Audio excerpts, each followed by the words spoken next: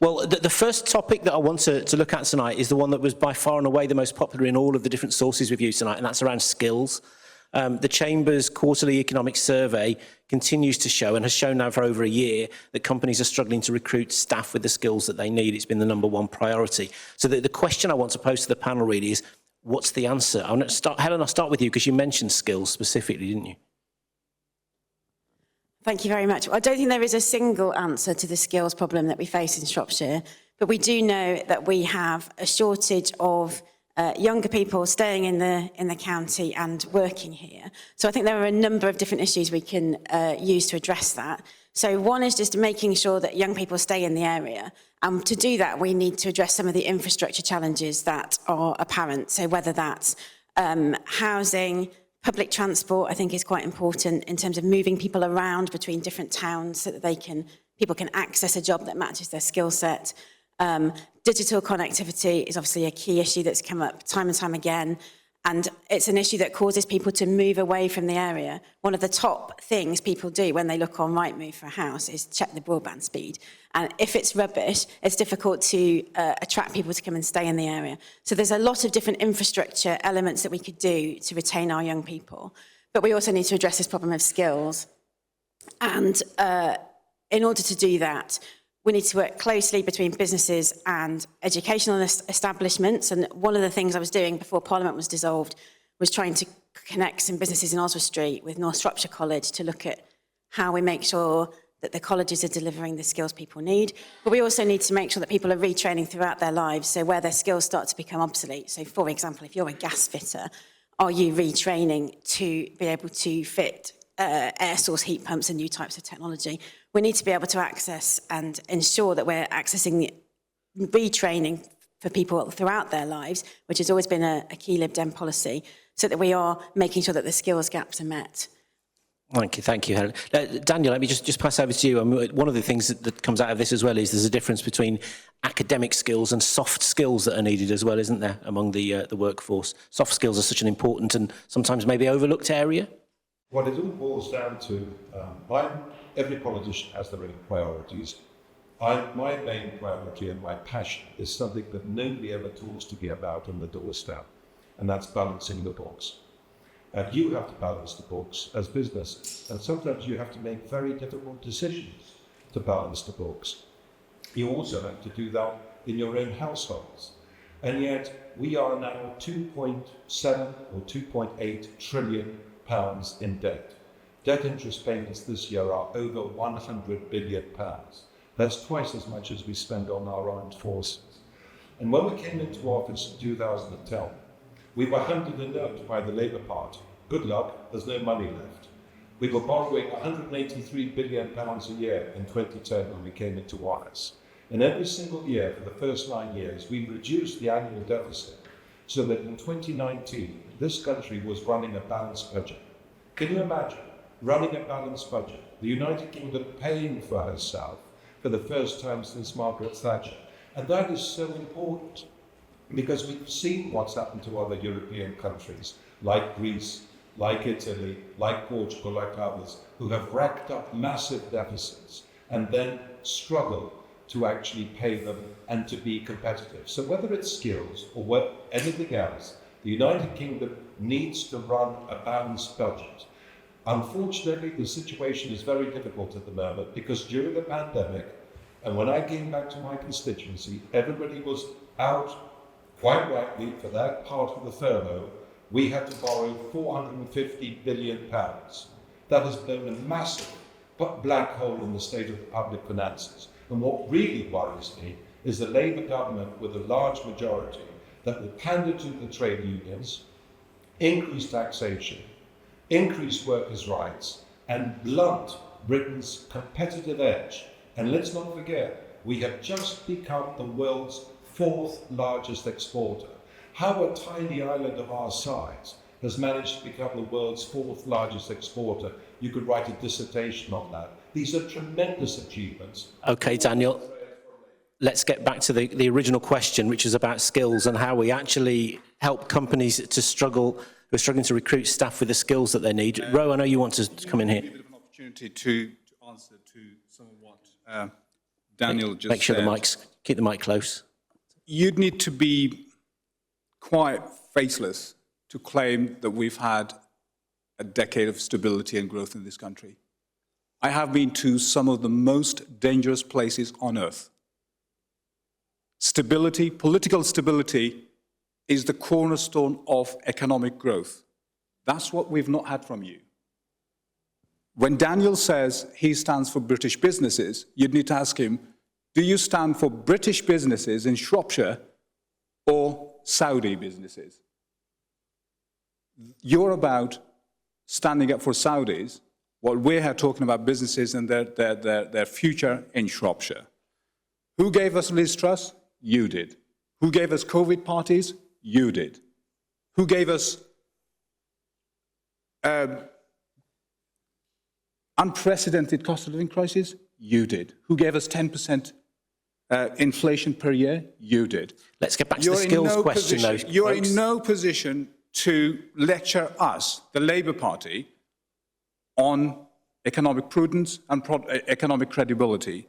You've made the country a pariah. We want to change that. Britain needs change, and Britain needs a Labour government to bring stability, credibility, and competence. Julian, do you want to tackle the skills question for us? Yes, I want to. Going to give Julian a word. We'll come back to you later. Yes, I mean, frankly, it's insulting to those who are asking questions tonight if the two main parties are simply going to say what they were going to say anyway. So let's go back to skills. So I mean, the first thing to say is that this country has the lowest levels of training and retraining of any industrialised country. So whatever record Daniel wants to claim, that's the record when it comes to training. At the same time, we know that the nature of work is constantly changing, and that therefore the idea that you can be trained for a job for life is simply no longer the case. So therefore, we need to focus on what are transferable skills. And I think it's a real shame that the Gove reforms to education effectively took a pot shot at vocational training. And as a vocational teacher, I taught in music, but I very quickly moved towards teaching effectively events management in Telford College. And that was a fantastic course because it was both interesting for the students because they were committed to the world of popular music, but it was also delivering transferable skills in logistics, in finance, in project management, in all those sorts of things. And I know that many of them, and in fact this is the case with most students, will have gone into a different sector. Most students who cover a vocational course or train in whatever subject they train in very quickly shift to a different sector. So we have to take that really seriously, and therefore we have to really build a foundation of, yes, the soft skills, and that means not turning schools into exam factories, but turning them into places where people can engage with each other, talk to each other, communicate, work in teams. That's the sort of education that builds those soft skills. And then at the same time, take vocational education seriously, but recognise that the very specific skills for the specific jobs of today may well not be the skills we need in 5 or 10 years' time. And therefore take seriously that there are some real transferable skills out there which can be taken seriously in education. And finally, that all of that means breaking down the false divide between brain and brawn, if you like, between academic education and vocational education. Both are massively valuable to the individuals and valuable to society as a whole. Thank you very much. Alan? Yeah, so obviously skills is really important for businesses. They're all struggling. We need to do a bit of a PR job on apprenticeships. I think they're a fantastic route for young adults to take. There seems to be a push for universities, and they're going into sort of really low quality degrees. So yeah, the push on the construction, IT, engineering, make it more of a focus within the schools, and that's for the soft skills. It's giving kids the understanding and how they come across. I was talking to a manager the other day, and he spent all afternoon interviewing. He said, and it was for a 6 till 2 shift, and one girl came in flip-flops and just a t-shirt, and he said, why? But it's those sorts of things that we need to help the kids with, so that they can understand how they come across in workplace and make them employable in the first place. You mentioned apprenticeships there, actually, Alan, because it's been reported, I noticed this week, that the number of people taking apprenticeships in our area, Shropshire and Telford and Wrekin, is down nearly 40% in the last 18 months, I read one survey. How do we reverse that? Again, it's just, I suppose, making them aware. I mean, the Royal Navy, I went through an apprenticeship, and it really does give you the skills to sort of push yourself forward. And it's that confidence it gives you, it teaches you stuff. The mentorship, the youngsters don't seem to have mentors these days, and that's what apprenticeships did for me anyway. Anybody else want a word on apprenticeship specifically? So, John Daniel. I mean, the reason I talk about, I mean, specifically about the reason I answer the skills question about talking about the deficit and about making sure you run a balanced budget is because all of this costs money. And whether it's investing in new teachers, whether it's investing in new universities or technical colleges or all the rest of it, takes a huge amount of money. I've just spent the afternoon in the square talking to parents with teachers with special educational needs and hearing about the hardship that they face every day as a result of a lack of investment in helping them.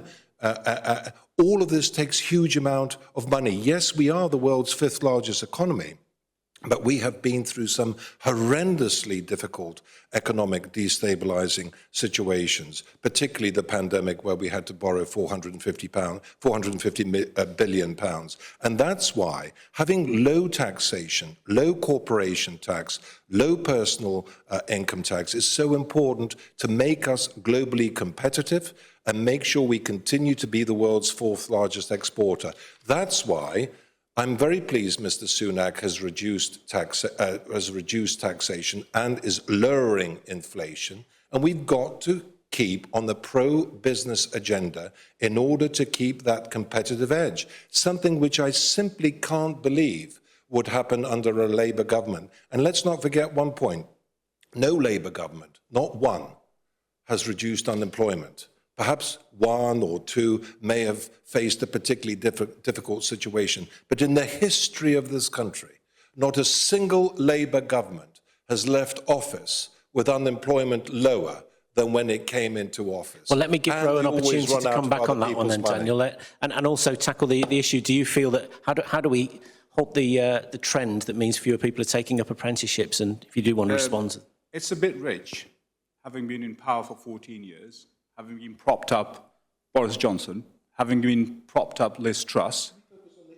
Yeah, the issue is Liz Truss. The issue is 14 years of failure. Actually, the question was apprenticeships, but there we go. The issue is that, because, look, the issue is you. The issue is your party. The issue is your lack of respect for people.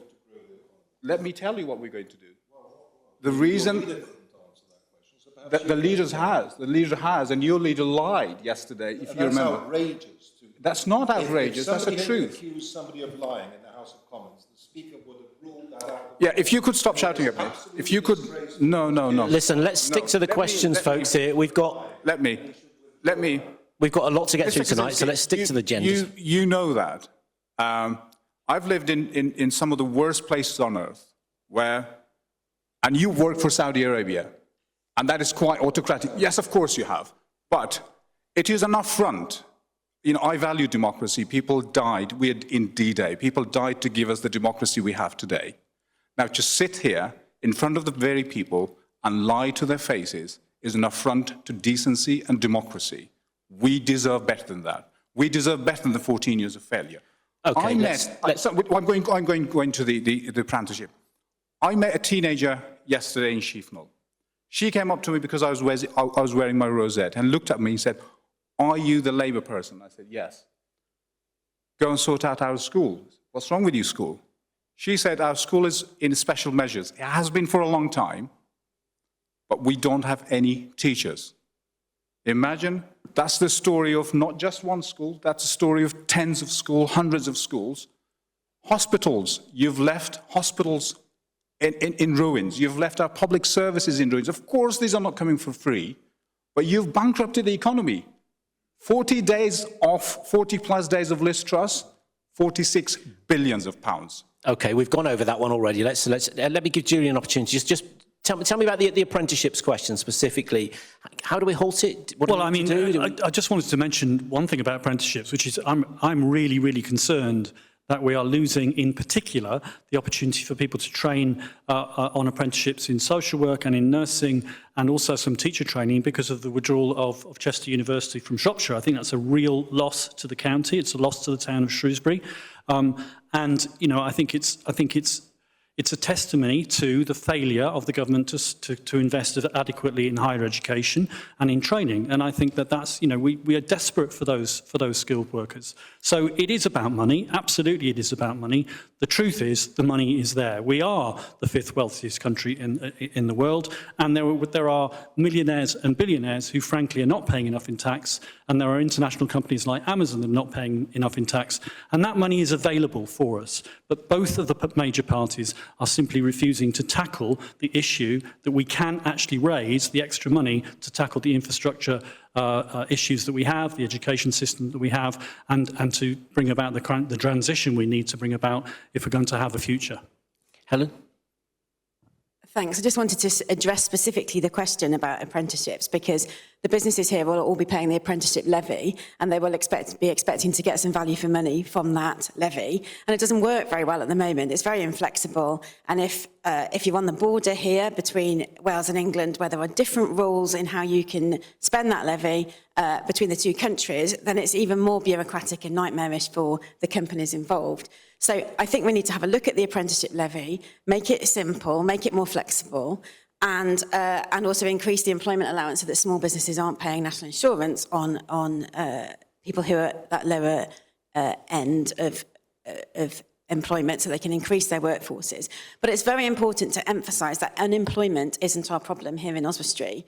We've got very, very low levels of unemployment. Our problem is enough people to fill the jobs and get the businesses growing. And we can't deal with any of these problems of a stagnant economy and underinvestment in public services unless we have economic growth. So it's really, really important to listen to business, work out what it is they need to get the people in their businesses to do the jobs, and make sure that we can ensure that those businesses thrive in the future.